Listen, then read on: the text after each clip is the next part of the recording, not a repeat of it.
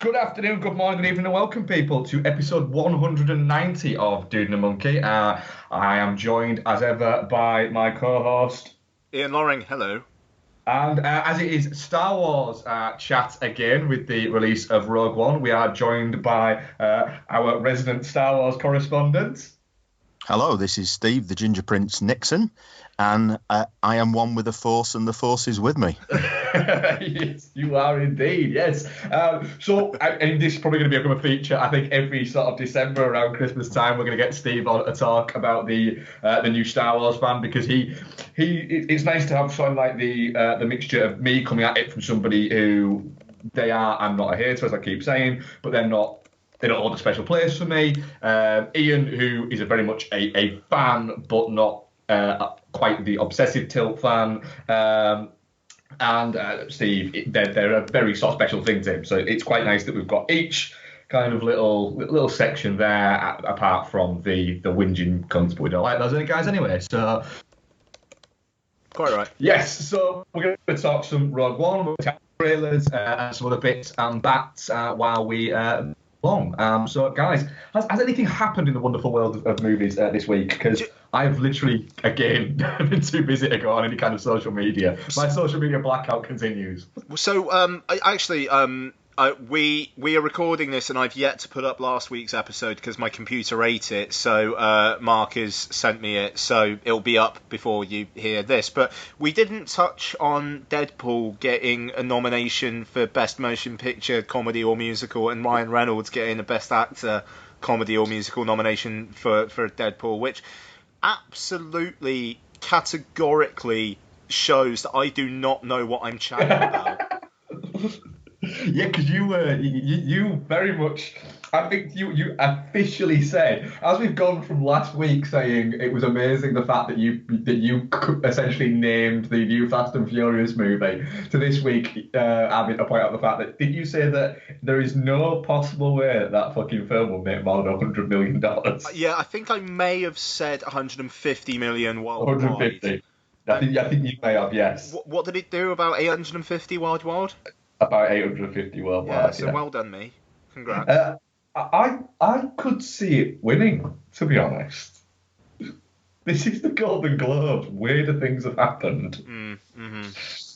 But yeah, it is amazing. I think it's also, when you think about the category of how the category works, it's actually kind of deserved as well. Yeah. I mean, it's one of the most notable films of the year. I mean, in terms of pop culture landscape, I mean, Rogue One for sure. Deadpool, yeah.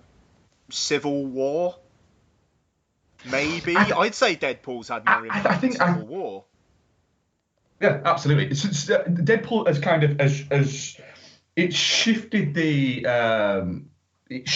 comic book genre ever so slightly into the, hang on a minute, we can do an R-rated comic book movie and make money. And it's kind of given them the license to do that, much as in a similar way as 6 or 7 years ago, The Hangover kind of shifted the comedy genre back round and sort of said, I think that was buoyed by, I'm not saying that it was the first one to do it, because you had a number of things like Anchorman, for instance, and Semi-Pro and things like that, but none of those made a lot of money, really. They made all right money. They made Will Ferrell money, but they didn't make sort of $300-400 million. And then The Hangover did, and then you get a sloosh of R-rated comedies off the back of that. Whether it's a good thing or a bad thing is debatable, certainly. But Deadpool seems to have kind of done the same thing for comic book movies and made it sort of okay for them to look at it and go, hang on a minute, that Wolverine movie that Hugh Jackman has been wanting to make for years and have it as a proper R-rated and have a bit bloodier and have sort of a bit more language in it, etc., and make a proper story where we're not going, can we do that because that might tip us over a 12A or PG-13. They've gone, do you know what, fuck it, let's do it. Let's give it a go. We spend 30 million less on it, and we spend a little bit less marketing it because we're not having to market it to the entire span of audience. And let's roll the dice and see how it goes. Yeah, absolutely. It's hell of a thing. I mean, the gold. Brad's gonna be on at some point, probably quite close in the new year, when it's like Oscar nominations time to Yes. have our chat with him. Bless him, he's been asking to come on, and it's just like, well, just tell us what you want to fucking come on for then. But tell us whenever you want to come on. yeah, no, exactly. But so yeah, there's that. But I don't know. Aside from that, Steve, am I missing anything? There been anything else really? And not that's come across my radar. What is it up against, Deadpool? That's a good shout, actually. Golden Globes, Best Motion Picture Comedy. Let's see what we got. There'll be some random one in there, won't there? There'll be like silence will be in there because at one point somebody cracks like a deadpan joke and they've gone, ooh, comedy. Silence got completely shut out, actually. I don't think did it not qualify for the Golden Globes? No, it did. It did. It did. Yeah. It just, like, to be fair, it only really screened in the last couple of weeks. Okay, best motion picture, musical or comedy. 20th Century Women, which I think is the new Mike Mills film. Deadpool, Florence Foster Jenkins. Speaking of Brad, he worked on that. La La Land and Sing Street. Also, La La Land will win. La La Land will win. Yeah. It's not going to hope, has it? But who's Reynolds up against? Yeah, that's what I was wondering. Who we got? Colin Farrell for The Lobster, Hugh Grant for Florence Foster Jenkins, Ryan Gosling for La La Land, Jonah Hill for War Dogs. That's a random one. That is a random one. I didn't know about that. I did notice that and go, really? I mean, don't be wrong. I am the one human on the planet who liked War Dogs. I have yet to watch it. I will, though. You should. You should. Mainly to tell me I'm an idiot. But you should. But all I can think of is that the person who chose that agreed with me that it deserves it just for his laugh throughout the entire thing. Nice. I think Reynolds has got more of a chance than the film has. Yes. Yeah, I mean, I think Gosling's probably going to get that, but Reynolds would be second out of that lot, I think. I think La La Land will get film, will get director, but I think I could see them going, well, hang on a minute, Deadpool is essentially just Reynolds. Even though it's not, but I could see it being viewed as that and them saying, right, this is beyond just the performance. There's the whole marketing thing, which he was heavily involved in, the fact that he was heavily involved in just getting the fucker made, that Deadpool the character was more than just the film. It was the whole thing, and that was all Reynolds. And I think that could come into play with this kind of thing in a way that there's no way the Oscars would do that. I can see that the Globes, despite the fact that they are farcical 99% of the times, I could see that kind of having a bit of an impact. Paddy Power literally have Reynolds last. Do they? Yeah, that actually, Ryan Gosling won 1-9 on. Jonah Hill was second. Is that because I just don't understand that. Ryan Reynolds. It's not like it did well. Ryan Reynolds is 25-1. That would actually be worth a little bit of a punt, I think. I'm going to have a punt on that. Totally agree. It's worth a fiver. It is, yeah. It's worth a fiver just because if it doesn't, you go, do you know what? I stood for something with that £5, and if you win, you go, well, fucking told you. That's fascinating. That is. Paddy Power seems to be the only ones of the big ones actually offering odds on it. But in terms Paddy Power will offer odds on everything. In terms of the best picture, that's interesting.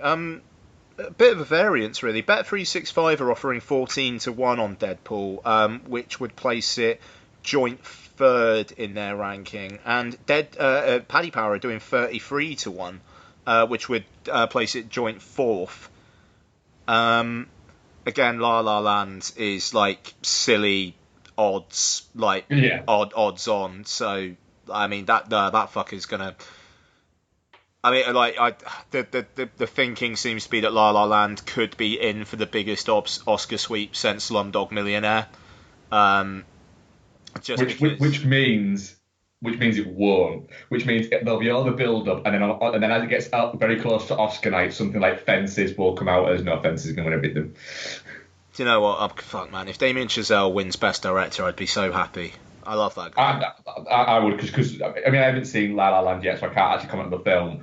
But the sheer ambition to, off the back of Whiplash and the good grace he got for that, and don't get me wrong, it's a fantastic movie. To have the ambition to kind of do a bit of a Richard Kelly, what he did with Southland Tales, and sort of go, I want to make a musical.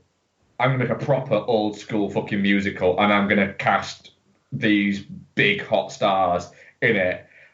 And then for it seemingly to, unlike a Richard Kelly, for it to work. This guy is doing what directors do, throwing a passion project out there, but it's actually seeming like it's worked, which means whatever happens next, he could literally do what the fuck he wants next. Especially if he wins an Oscar.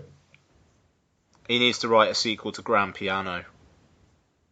Yeah, that's a fucking solid. I love he fucking wrote Grand Piano. That's so random. And he co-wrote 10 Cloverfield Lane as well. He did indeed, yeah. Interesting. Did he write a treatment for it? He's got a credit, so he did a little something. But I think he wrote the second treatment for it. Interesting little career that guy's got going on. It proves he's got range, doesn't it? Yeah, fucking right it does. Jesus. Yeah. Should we jump into trailers? What have you guys seen this week? There's been a couple, but not too many. Go on, Steve. Why don't you start us off, bud? I've seen a couple actually. I don't know if you've talked about this on last week's show because, of course, Ian's not put it out yet. But the Furious 8 trailer. Yeah, what do you think? We did discuss it, but what do you think? I think it's the trailer with the word family in the most times in any trailer ever. Yeah. I know they count the F word in pictures, don't they? But this is a new F word. God, they drop it so many times, don't they, during that trailer? It is heavy. And the thing is, after Ian pointed out to me how much that it's said in the films, it's now a little bit like almost like every time it's said, I hear Ian saying family in the back of my head. That's what I heard in the back of my head. So it's like this little, every time it said, this little knock. It's almost venturing into parody now, though, isn't it? It's almost like they're looking at the camera and winking when they say it. Yeah, very much so. But yeah, that looks all action packed, doesn't it? I'm sure it'll do similar money to 7 and 6. Yeah, it looks fantastic, and it just looks like a big bundle of fun. If you're on board and you're liking that series, and you're the person who wants to go and watch it, you're going to sit down for 2.5 hours, and you're pretty much safe in the knowledge of going, do you know what? I'm going to watch stupid fun and really enjoy it. And everybody's now set with this, that they're made aware that, do you know what? You're allowed to enjoy this now. Mm-hmm. Anything else, Steve? Just on the Furious 8, I was just pleased to see the state appear there towards the back end of the trailer. Yes. The perfect addition to it. I saw the Blade Runner 2049 teaser trailer.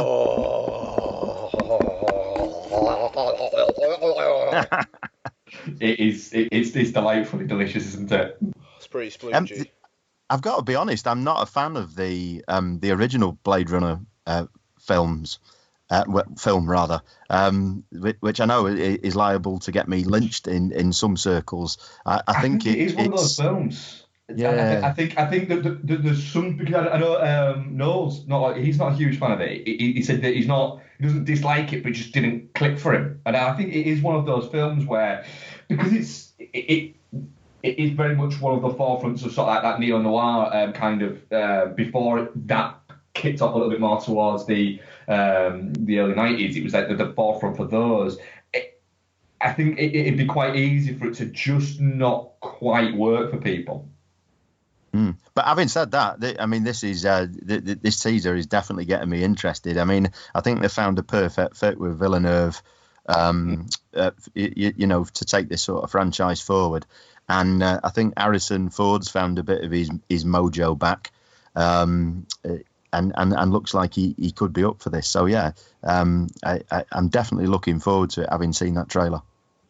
Yeah, it's nice, like you said, with Ford over the past couple of years, to see him in stuff where he doesn't look like he's gone through the script and crossed out lines and gone, I'm not learning that. I don't want to learn that. I don't want to learn that. I don't want to learn that. This bit, get rid of it. Well, that's kind of quite pivotal. I'll just make a frittata. It's fine. And just, there we go. Just no, none of that. That's just the script, Harrison. I'm going to sit here and look grumpy. I go, that's brilliant, that Harrison. And it kind of looks like he gives a shit now, which is quite nice. And it's Deakins, so it's going to look beautiful. Yeah, I mean, I like that.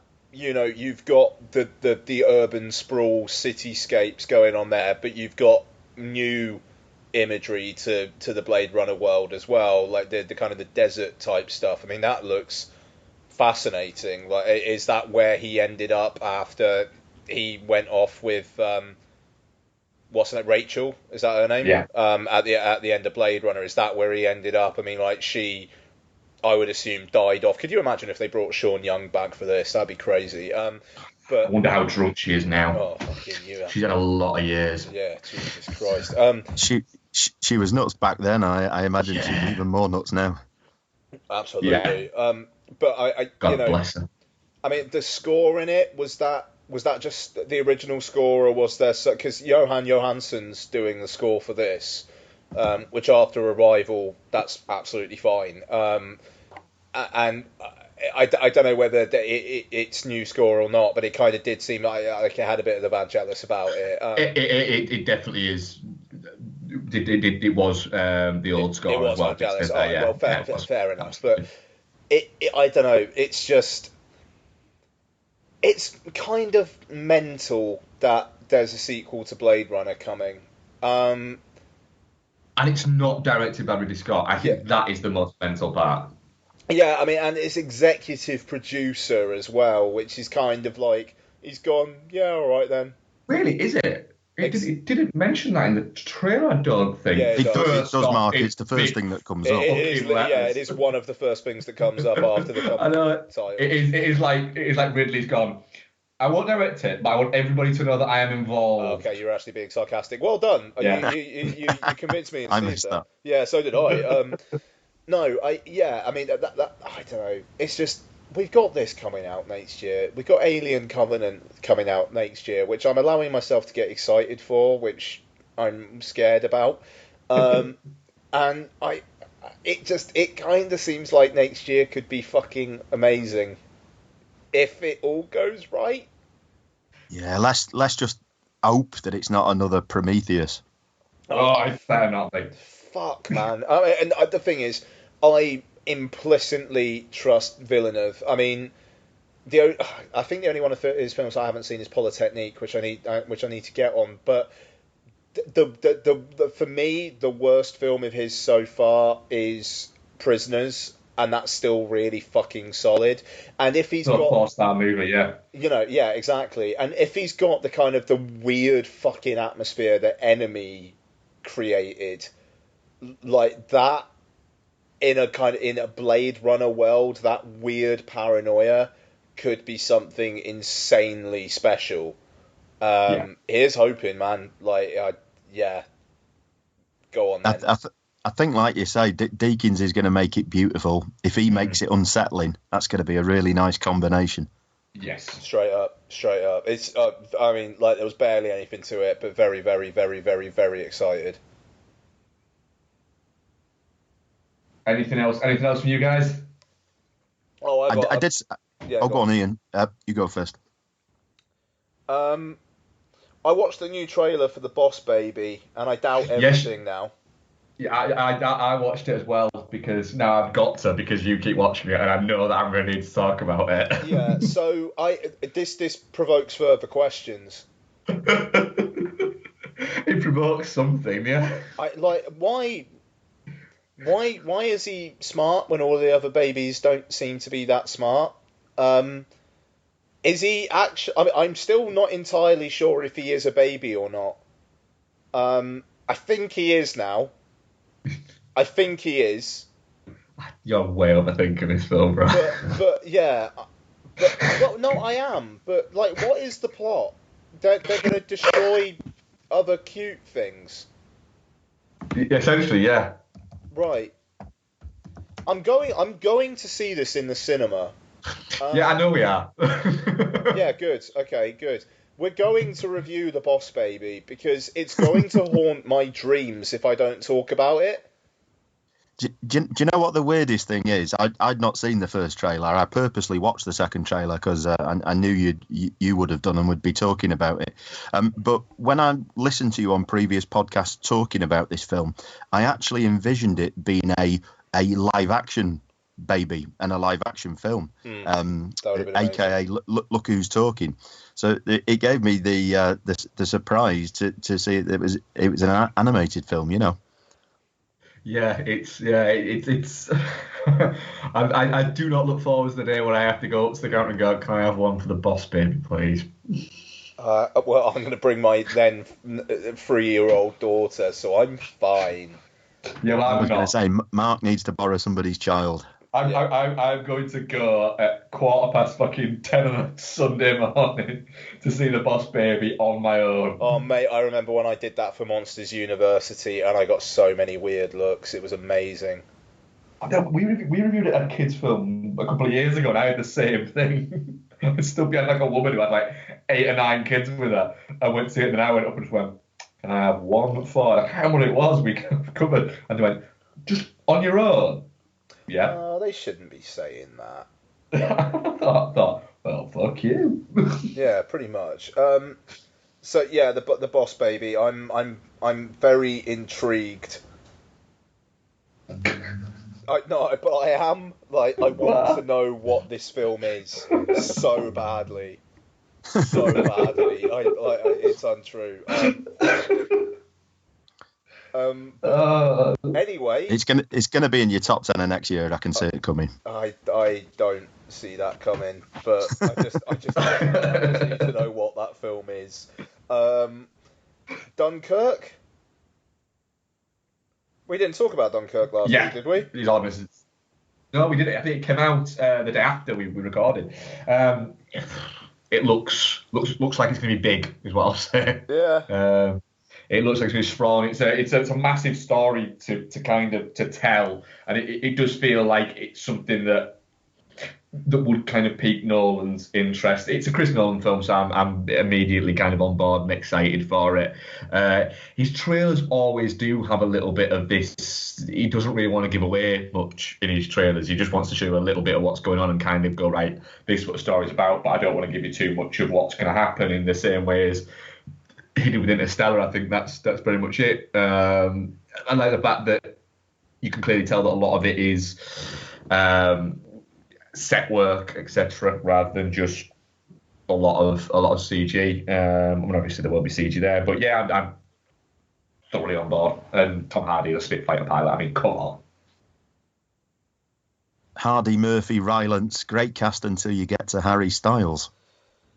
Well, I read a thing about that essentially with the Harry Styles thing is he did actually audition for it, apparently the part, and it wasn't until about a week after that they kind of cast him, and the casting agents and the producer like you've got to go for this guy. That Nolan was like, all right, cool, and you keep mentioning who he is.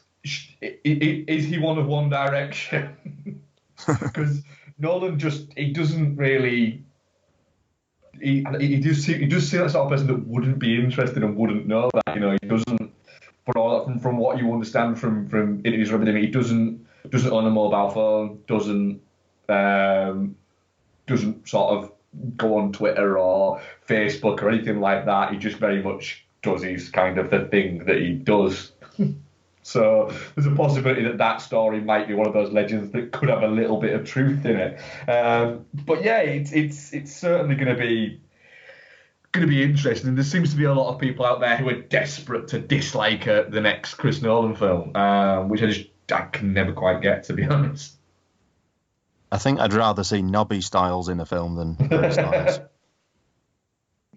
You never know. He might turn out to be great, or he might die.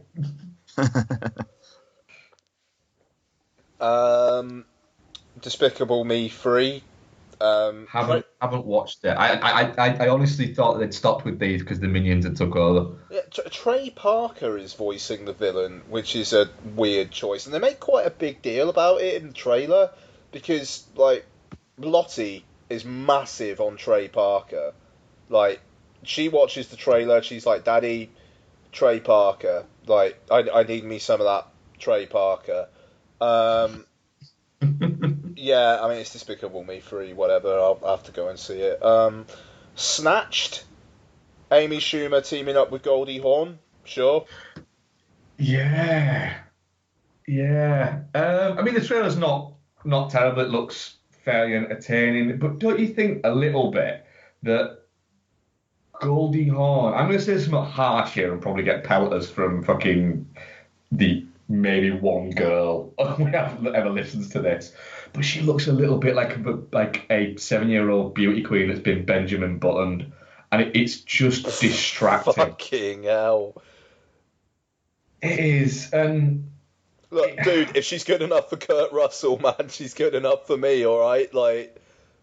Yeah, but if it came out that they had an open relationship, you wouldn't be surprised, would you? I don't know. I mean, I think I like Golan. She's funny, but she's not been anything for a long fucking time. age. Yeah. You know, and the thing is, she's a great. And the reason why I mention this because I don't like Amy Schumer. I don't like her brand of comedy. I get that other people do, but I don't like her brand of comedy. Whereas I do like Goldie Hawn's brand of comedy. She is very funny, and I'm hoping that Goldie Hawn kind of elevates Schumer, and it isn't shit. It's been 15 years since she was in a movie. Wow. Crimes. The last thing she was in was in The Banger Sisters. That was 2002. Yeah, that was a while ago. Jesus. That's the last film she was in. And the last TV thing she did was she did a voice something in Phineas and Ferb. Wow. That is insane.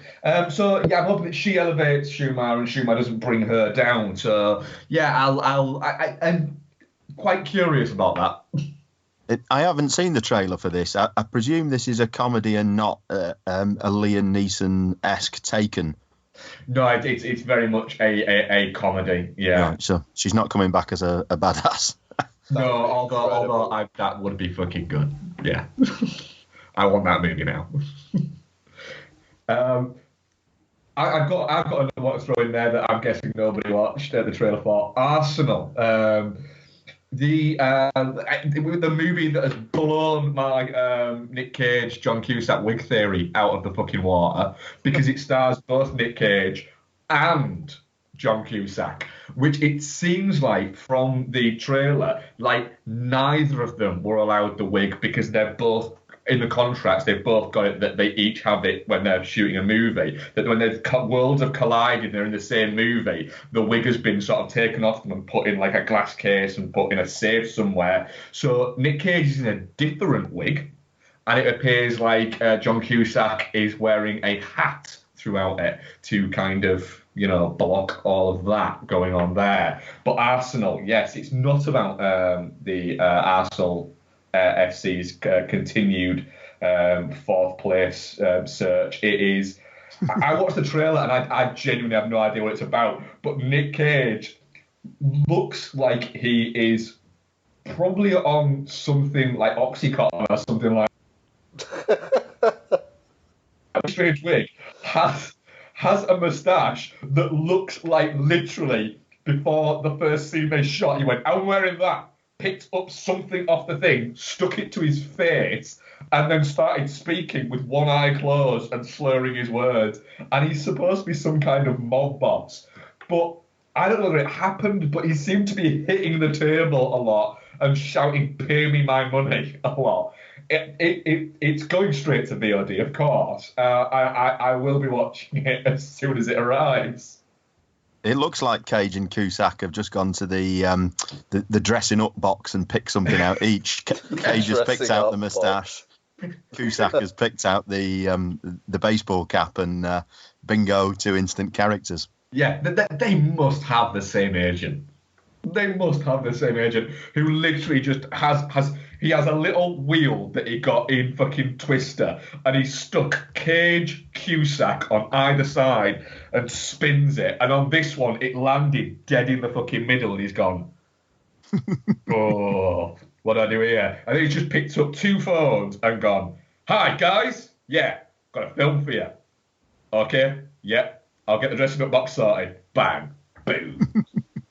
VOD gold. I think it's even got a wrestler in it. Which is just that's how you make a VOD movie nowadays. You either cast Cuba Gooding Jr., Nick Cage, or John Cusack, and a wrestler, and a Latino. That's it, sorted. VOD gold in the bag. Release it on a Thursday. Nice. Yeah. John Wick Chapter 2, the official trailer number 1. I feel like we've already had the official trailer number 1, and that they're now lying to me that this is the new official trailer. Yeah, I watched this, and I kind of thought I saw it a couple months back. I'm not too sure what's happened there. I don't either, but it's John Wick, and I'm looking forward to it. Yep, same. So, the main event, Rogue One, a Star Wars story, which I will admit I was surprised. I didn't realise that it was actually called that, despite the fact that it quite clearly is. I went, so it's called Rogue One, a Star Wars story, and I thought it was a Star Wars story, Rogue One. But anyway, semantics on titles again. Stars. Felicity Jones, Diego Luna, Ben Mendelsohn, Donnie Yen, Matt Nicholson, Alan Tyduck. Did he voice the robot? He did. Yeah. Yes, cool. Forrest Whitaker and some incredible CGI, I'm going to say, which was flawless. Directed by Gareth Edwards. It's and I'm going to do the synopsis, even though somebody who is on the show would be able to do it better than me. It tells the story of what happens exactly before the first film, about how they get the plans for Death Star, and kind of it fills a gap that a lot of people seem to have constantly kind of thrown at Star Wars and said, well, if they built this Death Star, why did it have this little fault? How could it have that fault? Well, Rogue One covers that. Whether or not it covers it well or not, I'm sure we're going to get into. But going to Steve, what did you think for the first Star Wars film that isn't part of the continuous story, that is kind of a prequel, but is very much setting out its stall as, look, this is a movie on its own? Yeah, I mean, it's obviously a Star Wars film, but it had enough that wasn't Star Wars to make it standalone and set it out as different. So much so that I've seen a lot of people ranking this within the other films within the saga, and I just don't feel I can do that. I feel I can't. I can compare it to the other films, but I'm not going to rank it alongside those. I'm going to treat it as a totally separate entity. And I think right from the off, it set its stall to do that. I mean, it was really, really weird for me sitting there and not getting that opening crawl. Although I think that was the right decision not to go with the opening crawl. And even more than that, I sort of missed the fanfare at the beginning. And it was really weird to have, like you say, the Rogue One, a Star Wars story title sort of just pop up about 10 minutes in and then fade away to almost nothing. So yeah, I mean that sort of opening 10 minutes definitely set its stall out as being something very, very different. I gave it an 8.5 out of 10 on first watch, and on second watch I've brought it down to an 8 out of 10. I think it's got some absolutely fantastic parts to it, some bits that blew me away, but then it's got some disappointing aspects to it as well. And it's, for me, it's not the perfect film that some people, some rabid Star Wars fans are screaming that it is, and it's definitely not the disaster that I've seen some critics write up that it is. While we're on it, before I forget, the opening without the opening crawl, what distracted me the most was that you could tell, at least for me, that they were up and down about whether to have a crawl or not, because that shot looks like it could have been crawl, fades out, pan down, start, there's the shot. And I mean, just the music cue as well, where it's quite a loud, like, bum, and then it kind of starts, and it almost felt like something had been cut off. Yeah, I strongly suspect one was written, and I strongly suspect it's been in and out and in and out and shake it all about until they decided not to. Well, yeah, I think that they'd have been foolish to have not at least written one and then done it, looked at it and gone, right, do we or don't we, and had one prepared. I think it'd have been foolish to have not. But I mean, I agree. I think it was probably for the best. Like, the opening crawl does kind of feel like something to differentiate the episode films from the other films, and you still get A Long Time Ago in a Galaxy Far, Far Away at the start. So that, yeah, it's fine. The fanfare, yeah, totally. But I mean, to be fair, they've kind of retconned that with the new versions on iTunes now as well. I think it's only episode 4 that has the fanfare at the start. Or at least, I think maybe 1, 2, and 3 do, but 5 and 6 don't. Like my iTunes versions, actually, if you guys keep talking, I might actually have a look at that, because that's going to bother me. There's so many versions. Keeping it all in your head is quite difficult. Every Star Wars film starts with a big object moving across the screen. So of course the original film starts with the Tantive 4, the blockade runner going from right to left, and then the Star Destroyer following it. And even The Force Awakens started with the shadow being cast over the planet as the Star Destroyer moves across. So that wasn't necessarily unexpected to me, that we sort of started, even though I didn't know what it was for the first sort of 10 seconds, it's the planet rings, isn't it, that we sort of swoop in, almost like Jupiter's rings, we're sort of swooping past and down onto the planet. I'm still trying to Like that. I tell you what, fucking just an ever so slight tangent. iTunes on my MacBook Pro bugs the shit out of me. It takes so long for an iTunes film to start. Like Apple TV, it's pretty much instant. On my fucking phone, it's instant. I clicked play 30 seconds ago and it's still not started. The bastard. Anyway, Mark, continue. Yeah, all right. Well, I'll while you check that, I'll give you my kind of initial thoughts, and then we'll get your initial thoughts, and then we'll delve a little bit deeper. I was really excited for this, which was, and I was excited for the last one, but I was really excited for this one. I found myself kind of getting that buzz that I think not quite a lot of the Star Wars fans get, but I was going into it going, I'm really looking forward to watching this. It's I don't know, it's a standalone movie or anything like that. I just think the trailers made it look like a really, really good film. I like the fact that there was some shots that looked like they were almost, and I mentioned on the show, almost Kurosawa-esque, which very much kind of tickled my balls on that. So I went into it really looking forward to it. I wanted like a really strong kind of action movie.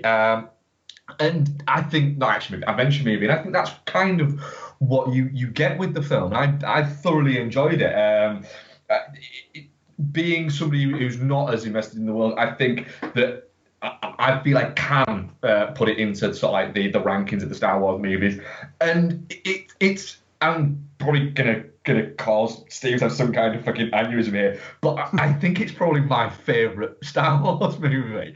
For the simple fact is that I really, for the first time, I kind of went in there going, right, just sweep over me and entertain me, rather than with that little bit in the back of my mind of, oh, fuck me. Okay, there we go. I'm not quite sure of this. So, yeah, I really, really liked it. I thought the fact that it had sort of consequences, and the fact that it's, I think it showed a lot of, and I know Mike mentioned this, of James Hunter. It showed a lot of balls, essentially, to do what it did. Fucking hell, sorry. But then when it does do what it does. Okay, just to confirm, sorry.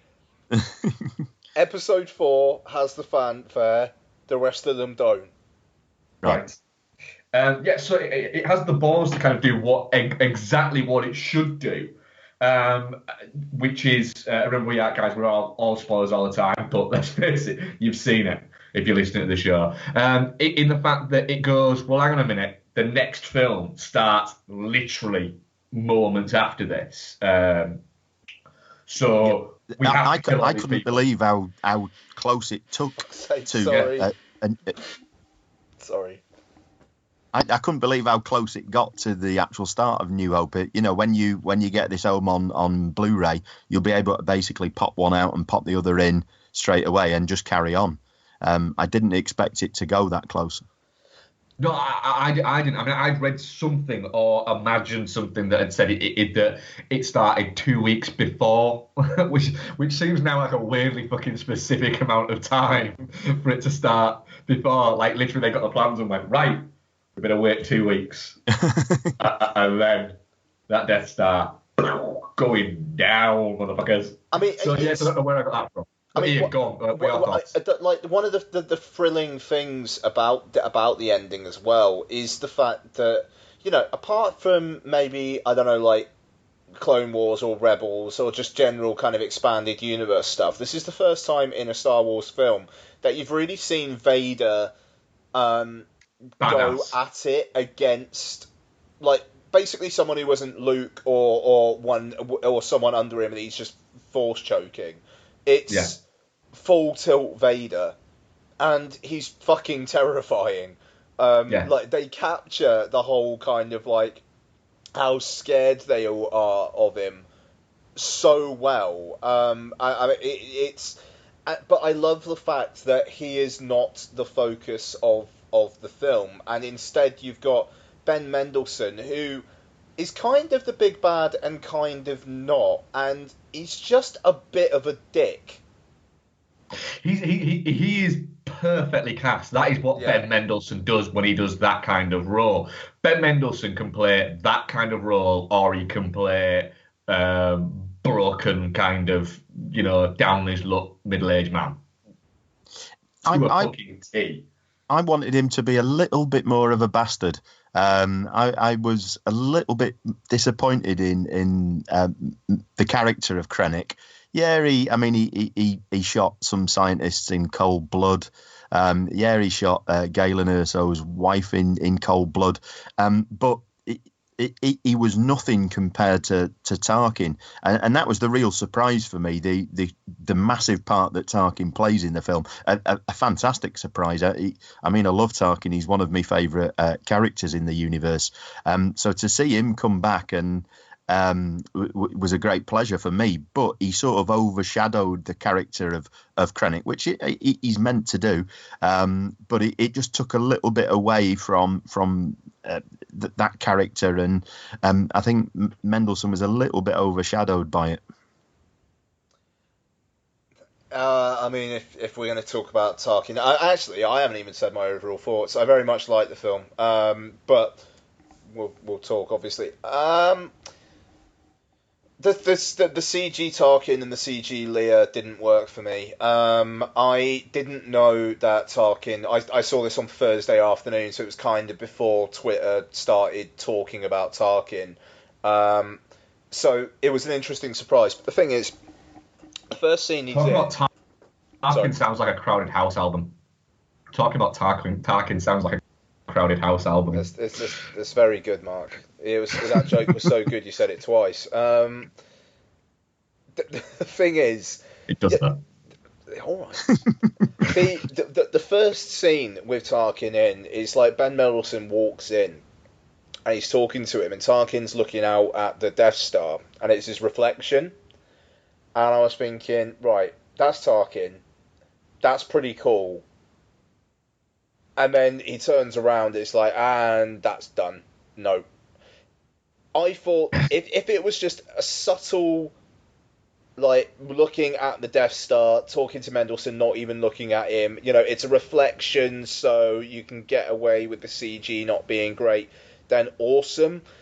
But I swear, and this must be my mind filling this in, but there's a shot where Tarkin turns around and walks past Mendelsohn, And it almost, that, Steve, I think you'll know this. In the special edition of A New Hope, when Harrison Mm. Ford walks over Jabba the Hutt's tail, and it was like Yeah. they had to put that bit in because they couldn't quite like match the frame properly. Yeah, it was the only way round it. Yeah, so and it's a bit juddery. Mm. I Yeah, almost thought you're there not was the a only moment person who like said this, that. Ian. Yeah, Really, you're not the only. really. Yeah, I was talking to. We recorded our Star Wars Action News thoughts last night, and someone on the team pretty much said the same thing. They described it as Tarkin having a bit of a bobbly head. It's it just it's not there. It's even though they like got like the kind of the craggly face, it all still looks like it's had some Vaseline put on it, and it's all a bit too smooth, and his face looks a bit cartoony, and I mean like Peter Cushing didn't have a cartoony face. I suppose in a way it almost had a kind of like a stylized art face, but just it like the kind of the sharp lines, but not. I don't know. It didn't work. And Leia I, at the end. You see, I think you've got to be wary of judging this too harshly. I agree with Leia at the end. I think if she didn't need to turn around, because it was only that sort of split second, that one word that she utters. But they had to bring the way they wrote it. They had to bring Tarkin in as a major character, so you couldn't sort of avoid it. And I think you've got to compare it against sort of previous efforts at this. Yeah, I could see some of the things that you're talking about. But compared to prior efforts where it's a definite case of uncanny valley and you can't believe the character, I actually thought this was pretty damn fantastic. The fact that at times I thought I was looking at Cushing from certain angles, and the amount of times they used this effect in the film, I thought it was astounding. It's never going to be 100% perfect, but for me it just shows you how far they've come with this sort of thing. And I wouldn't be surprised if this wins awards for special effects, for this reason alone. I would quite like to rewatch Tron Legacy for a number of reasons, but one would be just to see how Jeff Bridges in that holds up now. Like what was that? 2009, 2000? No, 2010. 2010. So we're Yeah, 6 years I think this removed. shit's all over it. Okay, fair enough. All right. Like in my mind's eye, it kind of feels similar, but I'm gonna take your word for that. It's like playing a fucking, I don't know, like playing Halo, like the Xbox version and playing the like the spruced up version on Xbox One. It's like, okay, this is how I remember it looking. So it might be something like that. But and I mean, I mean, good on them for trying it. But it takes me out of it. It's like I'm watching it and I'm just thinking this doesn't look very good, and it gets me out of the moment. But if you are as invested a fan as you are, Steve, I could see how you are more you're kinder to it, frankly, and it's because it's awesome seeing this character there, and you think they did a really good job with it, whereas I'm not as invested. I mean, Mark, I mean, what were your feelings on it? Well, my feelings on it were, I was kind of taken back by it. Like you, I saw it and then thought, "Ooh, that's a nice touch." And then he turned around, and I thought, "Ooh, they're gonna do that." And I'll tell you the reason why it didn't bother me. I agree, it does. I agree with both points actually. I think it does look very, very, very good. It does look very, very good. But no matter what, you are aware that you're not watching a person, you're watching a computer generated face. There's no, you cannot get away from that. You're always aware of that because the human eye, of the way the human eye works and the way the human brain processes information, you instantly can recognize that's not what it's supposed to be. Doesn't stop it from looking good. The reason why it doesn't bother me, however, is because within this world and within the framework of these movies, I feel it fits quite nicely in the sense of 10 minutes before it, or not even that, 2 3 minutes before it, there's a scene in a bar where you have all manner of different kind of creatures and things like that, and they're within it, and they're not real, they're CGI, they're generated through models and computers, etc., and things like that. And then also as well, there's a lot of the hardcore fans that very much will say, hang on a minute, the Clone Wars, I think I'm saying that right, animated series are very much a special part of the whole story, and so if you're going to start sort of picking at saying, well, what about that, and everything like that, so it honestly it didn't bother me. The Leia one at the end, I was a little bit like, that's too polished. That felt a little bit like, do you know what?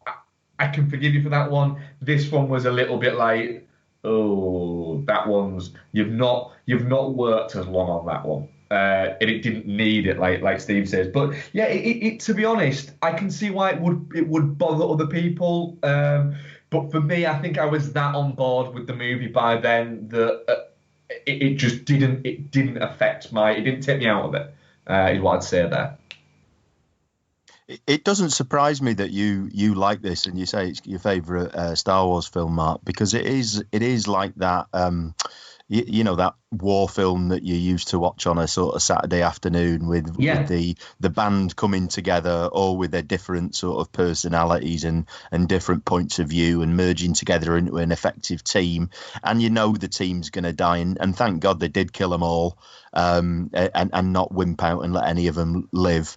And thank God it didn't go mushy. At one stage, I thought Luna and Felicity were going to have a little kiss there, and thank God they didn't. So it kept true to what they wanted from it, I think, and I think that's why it resonated more with you than perhaps some of the other films. There wasn't the Jedi and the overly sort of a religious aspect that sort of Jedi Order brings to it, and there wasn't so many of the finicky connections that you need if you're going to watch films from within a 6-film saga. It has definitely got that sort of standalone element.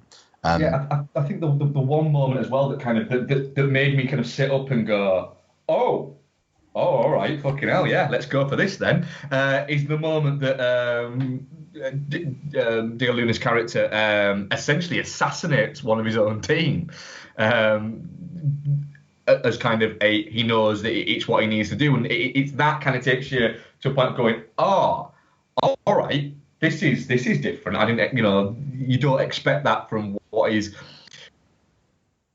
very pitched as being the good guys. This is a good guy that does bad things, who actually then goes on to actually say later on, look, things in the pursuit of this, and it almost feels like he's very well aware, and everyone else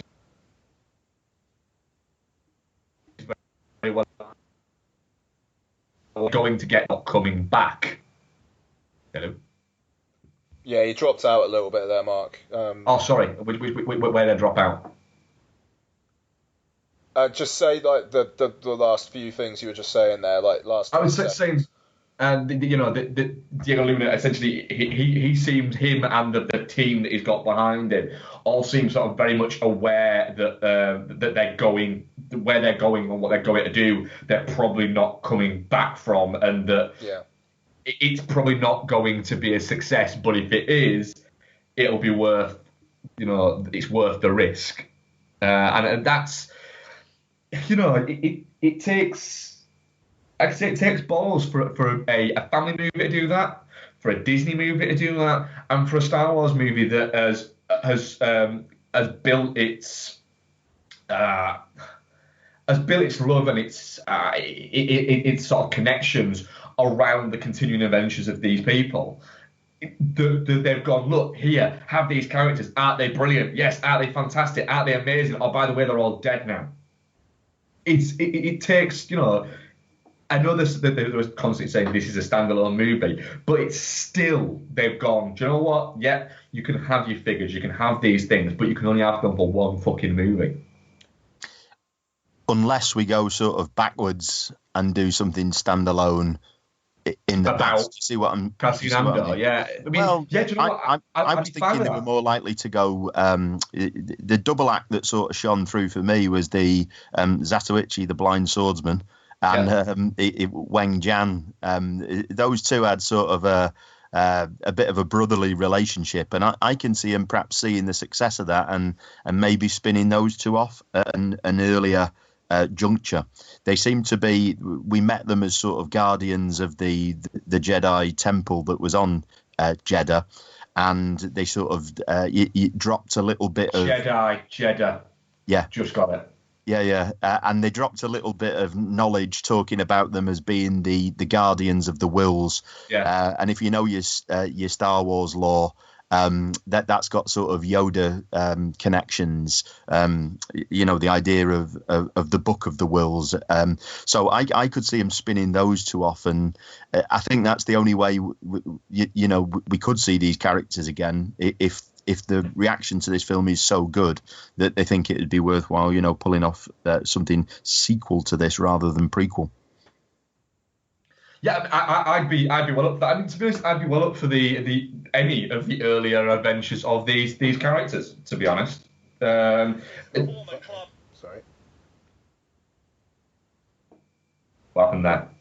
That was Five Live Football Daily from last Tuesday, accidentally playing on my iPhone. Cool. Yeah, I'd be very happy to watch any of these characters in the earlier adventures of. Yeah, no, absolutely. Well, Christ, we haven't even really talked about Felicity Jones yet. She's very good. Does she get a standout moment? No, I don't think she gets standout moment. I think she's solid throughout. She's like a reliable right back. Yeah, for fuck's sake, sorry. Bloody phone. I'm just gonna... Fuck's sake. I'm trying to delete stuff off my bloody podcast app, and it's like I'm swiping and deleting. Every now and then I press it. I'm just gonna stop it.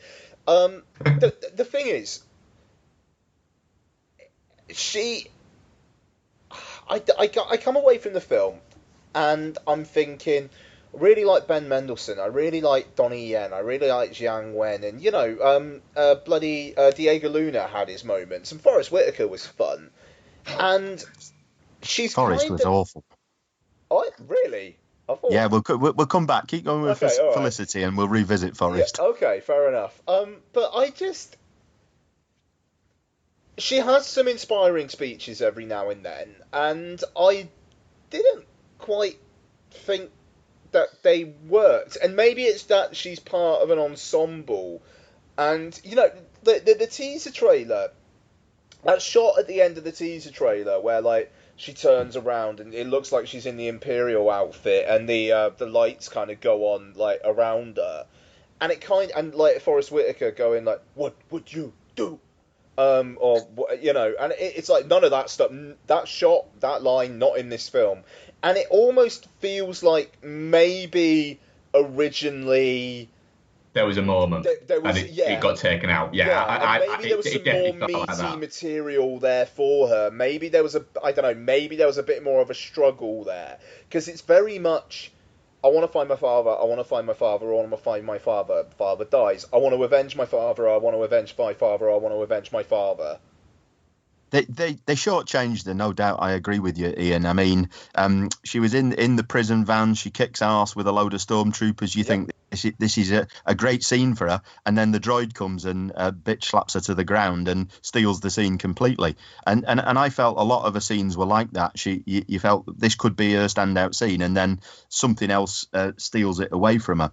And they sort of built a few things in. So when they went to the prison. Not the prison planet, the facility where they were dealing with the kyber crystals where her dad was, she had to climb something very, very tall, and that was all preparation for she is going to do some climbing later on. And I just felt they didn't really develop the character as much as they could have done, and I think you're probably right. Something was probably lost in the reshoots that would have helped us with that. I think if you're going to do a comparison with Daisy Ridley, she falls quite a bit short for me. I thought Agreed. Daisy Ridley was an amazing find and was fantastic in The Force Awakens, and I don't think Felicity quite cut the mustard as much. Yeah, which I mean is a surprise. I don't know. It's a shame. I really like Felicity Jones, but she's also one of the weaker aspects of A Monster Calls. Even though I think that's more down to miscasting of the character than anything else. So I don't know. You come away from Rogue One, and she's very far down the list of things you talk about. As is evident here, because it's taken us quite a while to get to her. Now, I mean, okay, Forrest Whitaker. Forrest Whitaker, it can be hammy and a little bit shit. I thought he was both in this. And so did I, but I quite enjoyed him because he's hammy and a bit shit, but he's Forrest Whitaker. I don't know. And again, I mean, it kind of feels like there's stuff missing there because you've got the whole, like, he sees her down the hole and he's like, you stay down there, and then cut. And then there's there's like nothing in between. You don't really, other than him being a plot point, that you know, there's not really much of him there. And I think he's got an interesting look, and I like the idea of the character is amazing, and what he could do in Rebels will be bloody fascinating because he's coming to Rebels, isn't he? That's been confirmed. Yeah, it's definitely been confirmed he's in the next season of Rebels, yeah. I just felt it was a bit of fan service to sort of link this film to the cartoons. I'm not a fan of the cartoons. I've not watched all of the Clone Wars yet. I think I've only watched 3.5 seasons out of the 5. And I've only watched half of Rebels. That they just haven't resonated for me. Perhaps I'm getting a little bit old now and becoming one of these Star Wars fans who sort of clings to what he knows and doesn't like some of the newer stuff that the kids are getting enthused about. But I definitely saw him as a bit of a fan service addition. Just to have the name Saw Gerrera in meant more than to actually sort of flesh out the character and do anything interesting with him. And like you say, I thought it was quite bizarre that he sort of pops up, opens the hole, says, "Come on, girl," and then that's it. We don't see him again till much later on. And I didn't really like his gang. I didn't really like his sort of his den, so to speak. And for the second Star Wars film in a row, what is with these hentai-based tentacle monsters, for God's sake? For me, that was the one thing again that needed cutting out. We had the roly tentacle monster in the Force Awakens, and then we've got this thing with its sort of phallic tentacle extensions trying to read people's minds. The whole thing just didn't gel for me.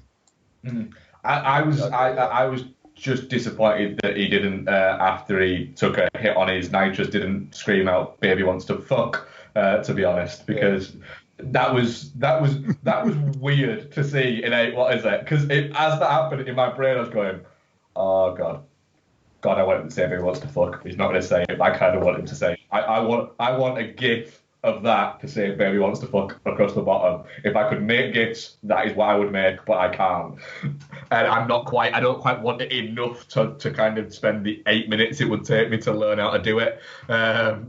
But yeah, I made a GIF a couple weeks back, and it took like 2 minutes. The image of fucking Emily Blunt with the owl mask on and twit twoo motherfuckers. It's easy. That was a good GIF. Thank you. Yeah,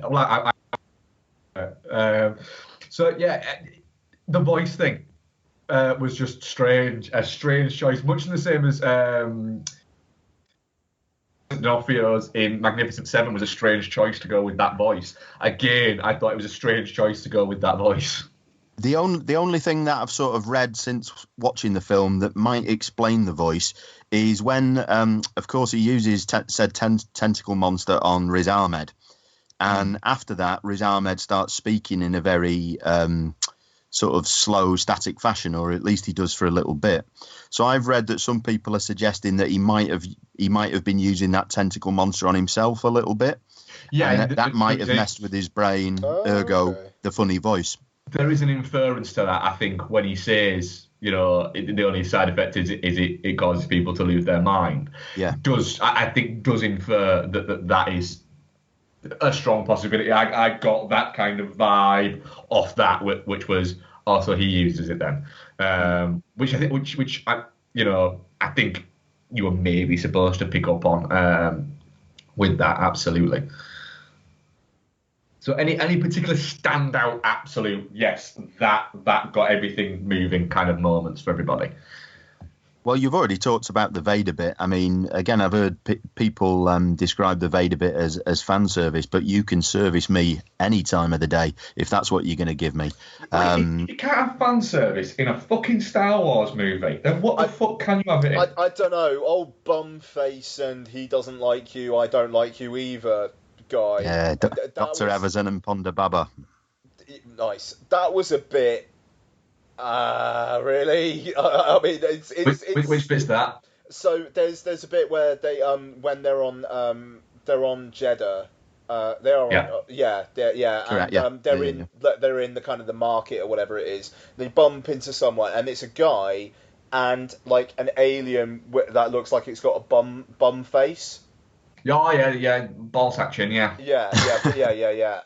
They are in episode 4, when they're in the cantina and like Luke, they're in the bar and one of them kind of like looks at Luke and he's just like, my friend doesn't like you, I don't like you either. Yeah, it's like it's I'll be careful, you'll be dead. That sort of line, yeah. Yeah. It's I didn't mean a thing to me. So no, that would have passed you by entirely. The thing with that little appearance is that, of course, they're on Jeddah. They must be doing the galaxy-wide pub crawl, bar on Jeddah, cantina later on. Let's have a spin-off of those two, man. Come on. Yeah, it'd be like the World's End, but in Star Wars. Exactly, but then the planet's blown up, of course. Well, not the planet, but the city is blown up. So they must have moved pretty sharpish to get out of there, considering they do appear later on. That's a good point, that. I tell you what else I liked, talking about Vader. I like the fact that we've got Vader's castle there. Vader's castle first appeared, I believe, in a bit of Ralph McQuarrie art. Way back in the day, and it's something that that fans have always liked the image of, the castle on Mustafar, the lava planet, where of course he lost it all, and the design is pretty much straight from McQuarrie's artwork, and I really like the scene between Vader and Mendo. Within the castle, the way he sort of chokes him and really puts him in his place, that did something for me too. And then, doesn't it? I didn't imagine it. He threw out a pun. He did, yeah. Vader punned, which I wasn't expecting, and I did chuckle mildly. I'm not gonna lie, and then did notice that I was the only person chuckling, and then did think, shit, did he actually say it? And then I just imagined that he said it. Be careful you don't choke on your aspirations. Yeah, which I thought was great. The fact that it added another layer of dickheadery to Vader. But yeah, he was, like I say, he was very good in it. He made sense in the bits he was in. What did we think of K2SO? Again, a lot of the talk I'm hearing and reading is that he's possibly the favourite character out of it, that they really like the sort of dry humour. Love the dry humour of it. I thought it's very good. I described it a little bit like, it's the android kind of full circleness of it all, in the fact that, the C-3PO kind of made androids that could sort of talk in films and had a character and a personality to themselves. That kind of set off. There were ones before that, but that kind of was the blueprint for it. And then they've kind of moved through the ages as that. And then you got to sort of like TARS in Interstellar.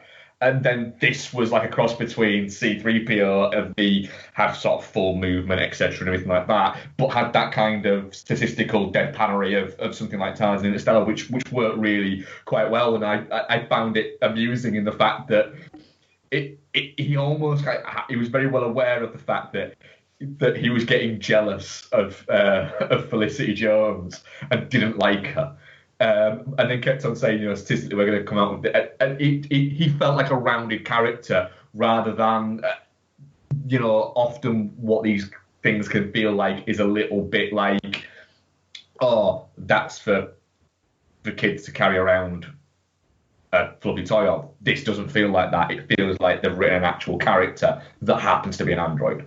Yeah, I mean, I warmed to him at the start where he's kind of like Drax in Guardians of the Galaxy, where he just kind of says what he's thinking, and doesn't really have an off switch with that. I found it a bit expected, but later on, the third act I thought he was great. And I mean, his whole kind of like final struggle. I actually thought was a really lovely kind of character moment. Really, Yeah. His whole, he seems like a badass. He's fighting everything off, but then like every time it cuts back to him, he's a bit more fucked. And then, Yeah, he got a very good death scene, and the fact that he feels like a character within it, which is the whole point of these things. I mean, they all get really good death scenes. Yeah, all the death scenes are really, really well done. They're not too overblown. They're just very much this happens, and they happen, I think in a right kind of sequence almost. Yeah, I mean, I thought the third act was really quite striking. I mean, the Felicity Jones, Ben Mendelsohn kind of climax, and Diego Luna saves the day, which again is kind of robbing Felicity Jones of some agency there, which is a shame, especially considering the personal vendetta she has against Mendelsohn, and Luna kind of comes in with the final shot. Yeah, really, that's a bit reductive, I suppose. But then the rest of Especially as she is a badass as well. Yeah, quite. She's been established that she very much can take care of herself. She could obviously kick Mendelssohn's ass in this, obviously, but the deaths of the characters and the kind of the melancholy beauty of the whole thing is very well done, and like the shot where the kind of the Death Star hits in the background and the kind of the wave comes up. I mean, it's really lovely. What I would say though, Michael Giacchino has to fucking put in his Losty type score somewhere. Throughout the rest of the film, it feels John Williams-esque, and then that cue at the end, that could have been taken from an episode of Lost, as could the moment at the start of the first Star Trek film where George Kirk dies, and his pregnant wife is like jettisoned off into space. Blah, blah, blah. It's that kind of strings and kind of maybe piano kind of thing, and I immediately just think, oh, it's Michael Giacchino. I'm so glad you bring up the soundtrack, Ian, because I own all the Star Wars soundtracks naturally, but this is one that I'm not going to be picking up at all. I heard someone describe it as if Giacchino was carrying all the sheet music to all of the Star Wars films, and he was carrying the sheet music to Lost, and someone bumped into them. He dropped them on the floor and then just picked up some bits, and that's what he made the score out of. I really didn't enjoy the score. I thought it was all over the place. There were little snippets from the original trilogy, little snippets from the prequel trilogy, little snippets from the sort of cartoons, and like you say, a big Lost influence as well. And for me, it never really committed. One of the things about Star Wars is that certain key characters have iconic themes that crop up again and again through the movie, and I just didn't get any of that at all with this score. And I mean, it's a shame because Alexandre Desplat was supposed to be doing the score, and then he dropped out a few months back. And I would much rather hear his Star Wars score. I'd much rather. So yeah, I don't know. But the thing is, the imagery and what it all means, I think, makes up for that. Yeah, I don't know. It kind of feels like Jack in Lost has just had some sort of melancholic revelation, and by the way, the planet's blowing up. Mm. Yeah. Even though I will say K2SO, the CG for him, because it's not an uncanny valley thing, flawless. Yeah, It just looks like beautiful. he's there. Just looks like he's there.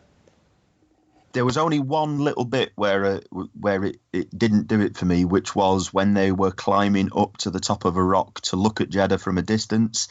The actual sort of climbing of the robot up that craggy outcrop, that didn't quite look right to me. But that was the only time. Otherwise, like you say, I think it was flawless.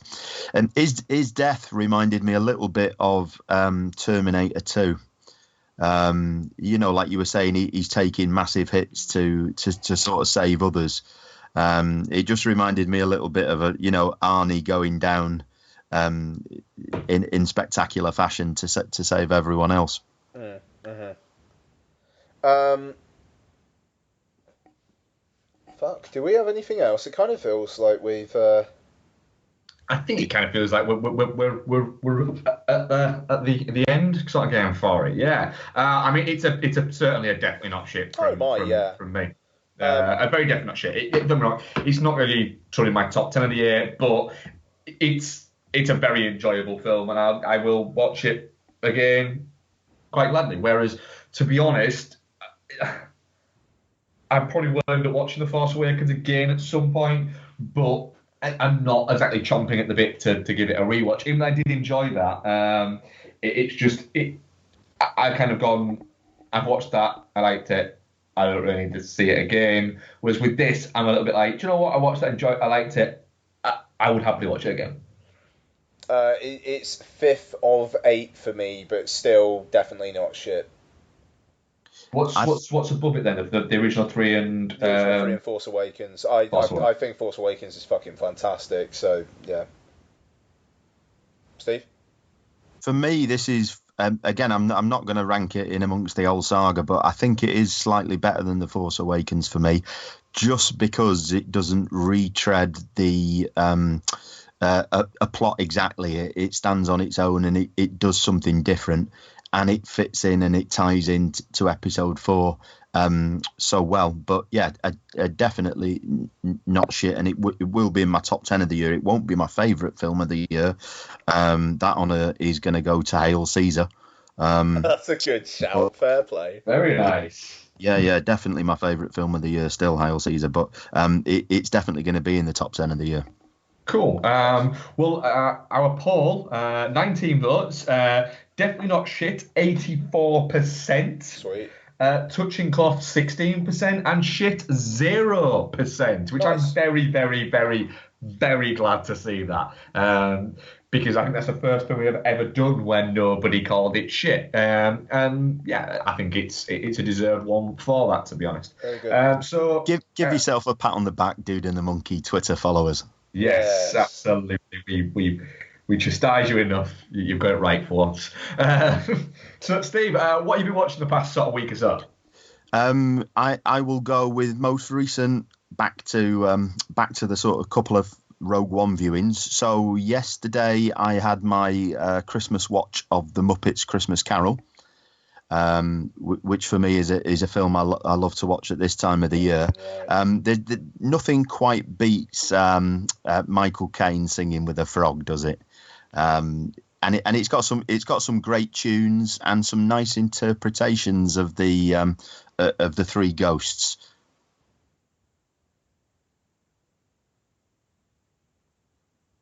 Oh, hello. Oh, Are you both still there? Oh yeah, yeah, sorry, yeah, dropped out for a sec, but you're back. Yeah. Yeah, lovely. So, are you fans of the Muppet Christmas Carol? Oh, mate, all over it. I'm gonna be sitting Lottie down with it on Saturday. First time watch for her. I'm hoping she clicks in with it. But yeah, I can't wait. Every year. it's one of the Nice. few Christmas movies I don't get on with. Fucking hell. I know. And it's the thing is, I've tried with it numerous times, and I just don't. I find myself switching off. I don't dislike it. It's not a terrible movie or anything like that, but it's the one where when I've got errands to run on Christmas Eve, Becky and Isabel watch that together while I'm not there because I want to watch other stuff. Maybe Muppets just aren't for everyone. Right. Immediately before that, I watched a film that I don't know if either of you chaps will have seen. I sometimes go very off-piste and watch some very odd films. So this is a film called Tenement Game of Survival, made in 1985. Either of you ring a bell with either of you? So this is it's basically set in a tenement building in the sort of South Bronx region, and there is a gang of hoodlums that are pretty much very similar to the sort of bad guys in the original RoboCop, you know, that sort of a gang. And dead early on in the film, they get taken away by the police. So all the occupants of the tenement decide to have a bit of a knees up, celebrate the fact that they're finally gone and out of their hair, only for the police to let them go. And of course, the first place that they go is straight back to the tenement, and they sort of terrorize the tenants. And the tenants are your typical mix. You've got a pregnant woman, an old widower, a blind man, some small kids, a whore. And when the gang get back to the tenement, they start raping, they start torturing, they start killing. That is until the occupants of the building decide they're going to finally fight back, and you get some great fight backs. You get some electrocuting bed frames, some pans of hot water, some flying fridges. It all goes a little bit Home Alone in terms of the fight back. That sounds quite interesting. That sounds fucking great. Yeah. It's not high quality, but it was a bit of entertaining fare on Saturday night. Now I double billed that on Saturday night with a film. Again, I'm not sure whether you'll have seen a film called Savage Harvest. No. You've probably seen a film that's very similar to it. You've seen the film Raw. Yes. The amazing film with all the lions, yeah. Yeah. I haven't, but I know of it. Oh sure. God, Ian, if you've not seen Raw, you have to because it defies belief what they do in Raw. There's basically sort of 40 or so lions just running around. But yeah, this is probably its less interesting cousin. But It's still, a Tom Skerritt movie. It's a Tom Skerritt movie, and I think I've seen this. Right, and again, I can't believe how Tom Skerritt signs up to it. In Raw, there's quite a famous actress as well, isn't there, who sort of signed up to put a life on the line. So yeah, you've got Tom Skerritt. Him and his family are living in Kenya, and basically they experience home invasion by lion. So a pride of lions, maybe 10 or so of them, ring the house so they can't get out, and then they get into the house and start terrorizing them inside of the house. It claims to be based on true events. Personally, I can't see it, and it's not quite the insane experience that Raw is. But again, there's some unbelievable real-life lion footage, and there must have been some injuries. I know during Raw there were some really serious injuries sustained by the cast members, but I can't believe that Tom Skerritt got away without being at least nibbled by these lions during this film, and what possessed him to want to do such a potentially dangerous film is beyond me. Yeah, I'm pretty sure I've seen it. The Tom Skerritt thing rings a bell, and the Lions. I just saw the VHS thing. I'm pretty sure I rented this on VHS. Yeah, again, it's not a quality watch, but I'd seen Raw, enjoyed Raw, so I thought I'll give this a poke, and it's not quite as good. But yeah, what a weird film for Skerritt to find himself in. Yeah, Raw is Melanie Griffith in it, and Tiffany Hedren. Yeah. I mean, again, two actresses that you wouldn't think would be putting their lives on the line in such a dangerous shoot. And Jan de Bont's the cinematographer on it as well. Correct. Yeah.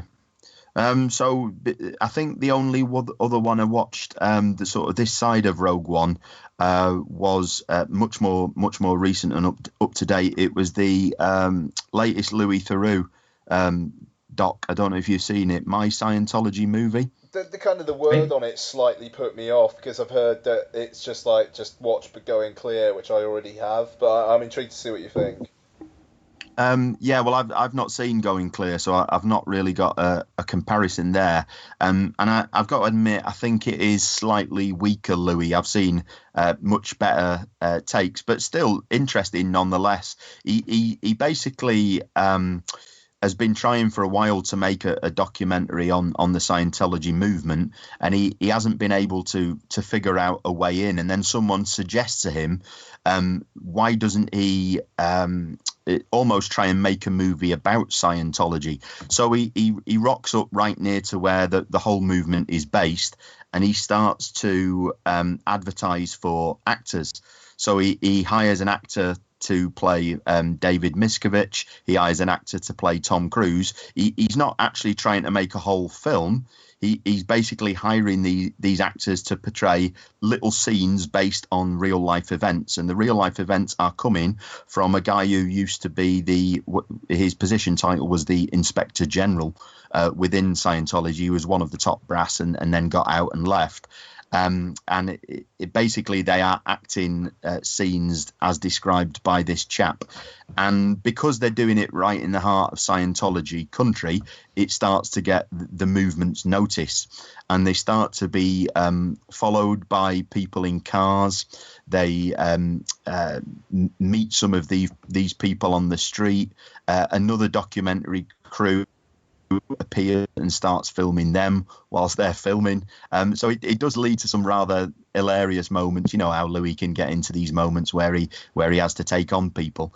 But it's missing a little bit of what a normal Louis documentary does, because when he tries to engage these folks, bar one woman who seemed to like taking him on, the rest of them just sort of shrink back into the background when Louis does his usual stuff. Still worth a watch in my opinion, but as I say, not the best Louis documentary I've seen. Fair enough. Cool. Ian, what have you been watching these past few weeks? I'm gonna make it quite quick because I'm a little mindful of being a parent. So I've got the Merseyside derby on pause, so I'm avoiding seeing the score. I'll tell you what. Do you just should we just because you've got know what we watched, have you? So do you just want to pick it up next week?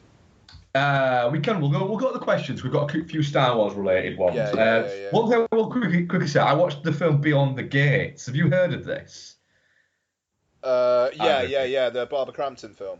Barbara Crampton. I watched that the other day, and it's 84 minutes. I've just checked out the budget's $3 million, which is insane because it doesn't look like it cost $3 million. Oh wow. At all. But the plot is that two brothers go back to their hometown to empty their dad's VHS rental store out, and find a board game. And it seems like that's the last thing he was playing in his office, was a VHS board game. They then start playing it and realise that it might hold the key to where their father is. It's quite a lot of fun, actually. I'm flabbergasted how this cost $3 million when there's other films out there that cost $3 million that look a lot better than this. But it's kind of fun, to be honest. So I wouldn't say avoid. But when it crops up on Netflix, which inevitably will do, it's certainly worth popping on one Friday or Saturday night.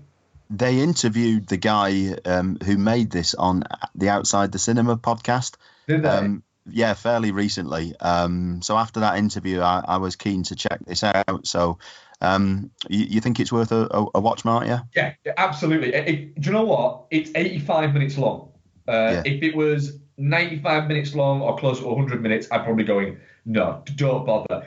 but there's enough kind of fun nostalgia to it, and it's not just nostalgia porn either. There's enough kind of fun, kind of whimsy to it, and the fact that things happen in a way where you go, where they go from this can't be right to believing that this board game is talking to them really, really quickly.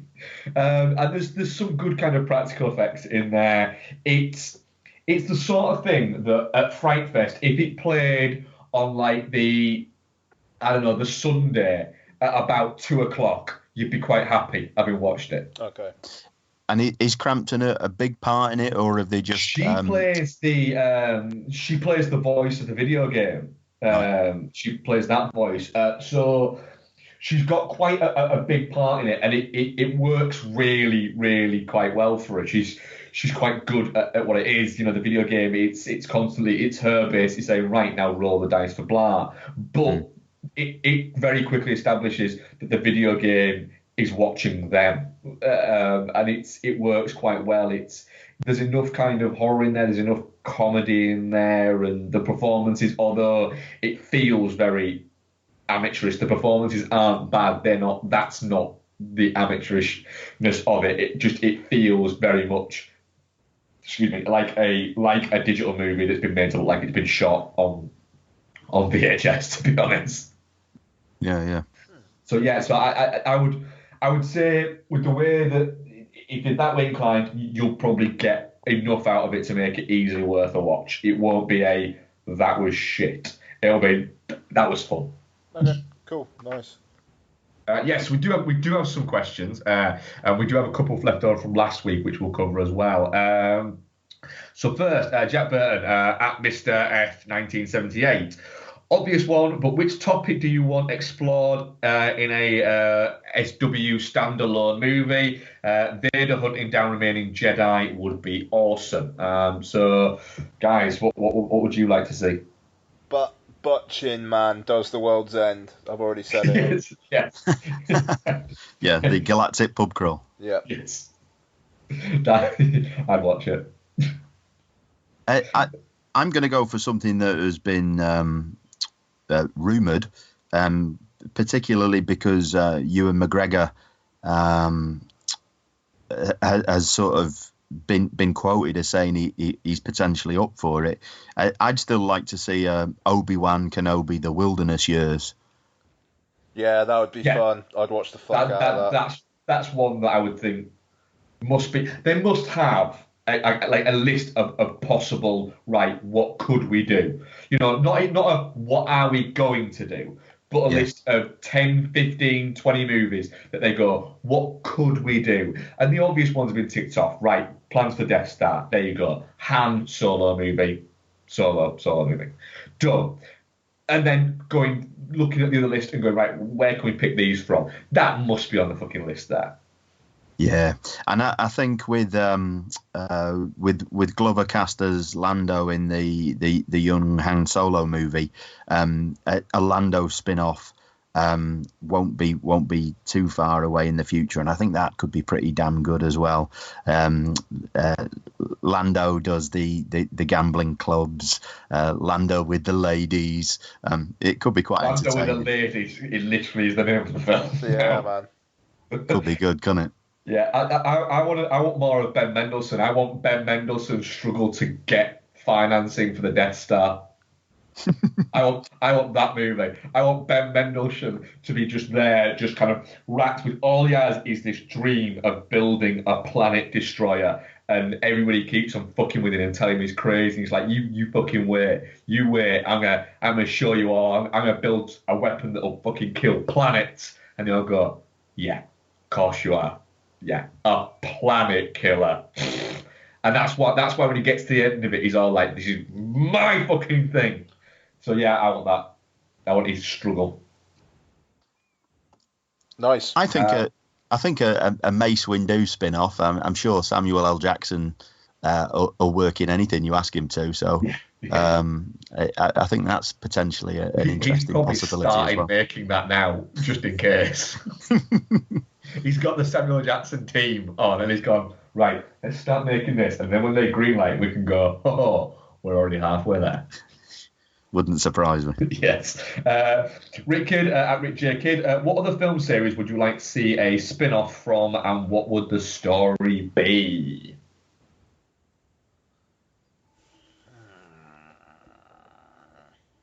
That is an interesting one. It's sort of sticking close to the sort of Lucasfilm family. Could we do anything with Indiana Jones characters?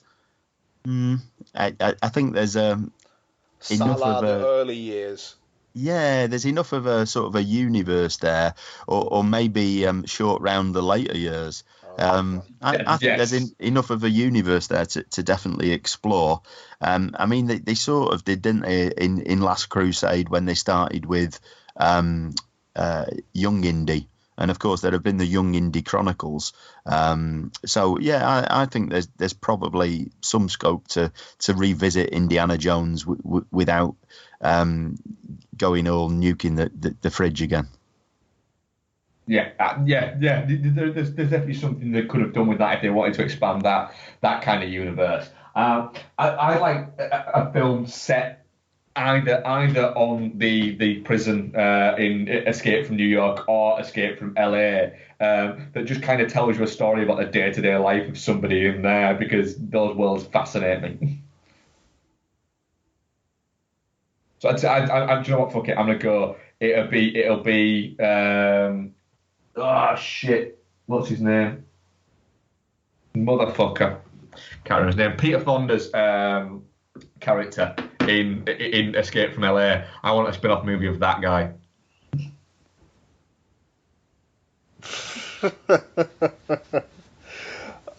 That'd be great. That would It would be great. That would be I would great. watch the shit out of that. Go on, Ian, what would be yours?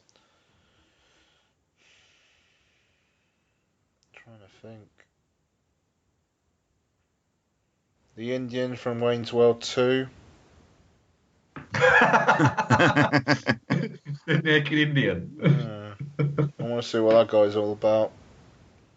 Yeah, I could get down with that. The trash compactor monster from A New Hope. I'd like to see what he does in his spare time. I think he just compacts trash. I'll just clean trash out of his teeth. We have a couple from last week. Again, Rick J. Kidd. I often get asked to recommend films. What is the recommendation you most regret giving after the person hated the film? Never regret any of my fucking recommendations. I've always shied away from recommending films to people who kind of, unless it's people whose film kind of knowledge I know, in the sense is, when you tell people you're into films, they'll start asking you for recommendations, and it's like, you're probably not gonna like a lot of the shit that I watch. And it's one of those where you feel like sort of saying something kind of obscure or a little bit, what is it? And then you think, I have no idea what you think is a good film, so why would I recommend something to you? I would say, I think I told Beck's parents to go and see Interstellar at the cinema, and then no, it was Inception at the cinema, and then he did, and they came back and just sort of said, "Oh, it was really, really good, really, really good." It's like, all right, you enjoyed it then? Yeah. And then about 5 minutes later, like, didn't really get what's going on there. And I thought, oh, do you know what? I forgot that when they watch a film, they have it on and they watch it, but they don't actually pay any attention to it at all. Yeah, that's not to the point. Yeah, to the point where they could watch a film the next day you could say, "Oh, I just like this bit," and they go, "What bit was that again?" You're like, you've literally had it on in the room and haven't watched it. Any ideas from you, Steve, on that one? Anyone that you've really regretted making? Not really. Again, I don't really recommend films unless I think the person is going to like it. I have a group of sort of friends. They're mainly colleagues I either currently work with or used to work with, and we do filmathon days at each other's houses where we go and watch 6-7 films in a day all together, drink rather too much, eat rather too much, etc. And I remember they're not all of the same sort of genre focus that I am, and I remember making them watch Suspiria once, and there were definitely a couple of the group who just could not cope with it at all. The sort of bombastic nature of the sounds and the colours, I think really put some of them off Argento for life, and it's not really characteristic of all his output. No, it's certainly not. It's certainly not. Final question. Dan Orty at Mondo Dan. In keeping with this week's big release, which Star Wars prequel best represents your personality? Episodes 1 to 3 only, fuckers. 3. 3. I'm a Mardy bastard. At work, I can rather be like Anakin, where, you know, I would happily kill some younglings if it meant that people didn't keep on saying stupid fucking shit on calls that I then had to try and coach them out of. I'm going to go 2, in the fact that I still exist, but I'm well aware that most people who come into contact with me don't get on with me. And you've just stolen my answer completely, Mark. Yeah. Well, that was episode 190, which it contained a very good long Star Wars chat, which was great because it's the big film release of the year. So thank you very much, Steve, for joining us there. You said that the Star Wars Action News podcast comes out. When does that come out? Yeah, well, we did a giant recording sesh last night. So it's our big end of year in review show. So it'll actually come out in a couple of parts.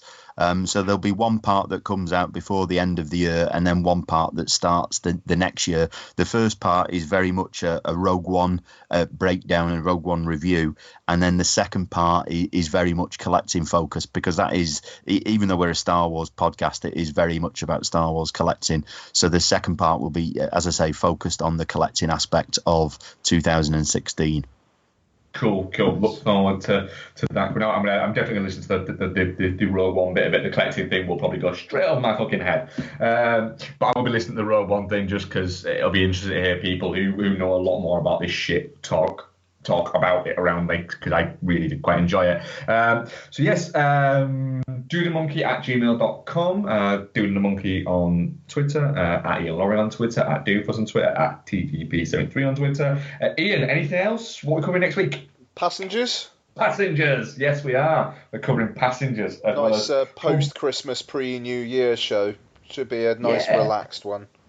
Yes, I'm very much looking forward to that. I'm looking forward to seeing Passengers, actually. I'm seeing it on Boxing Day after I finish a 13-hour shift. I'm going to go see it Wednesday night, because why not? I think it's going to flop hard. So do I. It's not reviewing very well, and Rogue One's going to suck all of the oxygen out of the room for sci-fi.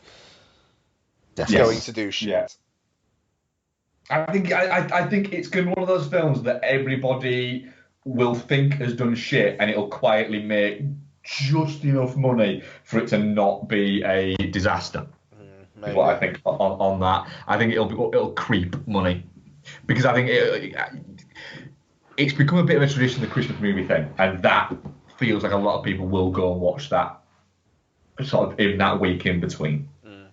So yeah, I'm looking forward to it. I would go and watch it before Christmas, but I'm just not going to get time. So yes, so thank you very much for listening. That was episode 190. We bid you farewell. Bye-bye. Till next December.